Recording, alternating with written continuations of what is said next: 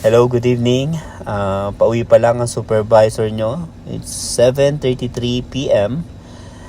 Andito tayo sa San Jose, Batangas. Nagpagawa kasi tayo ng signage dito. Medyo lumabo kasi isang letter nung signage natin. Pinagawa natin. Napaka-importante kasi ng signage. Kasi ito yung unang-unang nakikita ng customer pag pasok doon sa area. Or pagdating doon sa area, hindi naman agad yung bubungad yung ikaw, customer service mo. Hindi. Yung signage mo muna, yung store mo muna, yung outdoor ng store mo, yun yung unang makikita. Kaya napaka-importante na yung signage. Dapat luminance or properly lighted, malinis, kompleto, dapat. Tapos, kasi once na na-try nila yung food,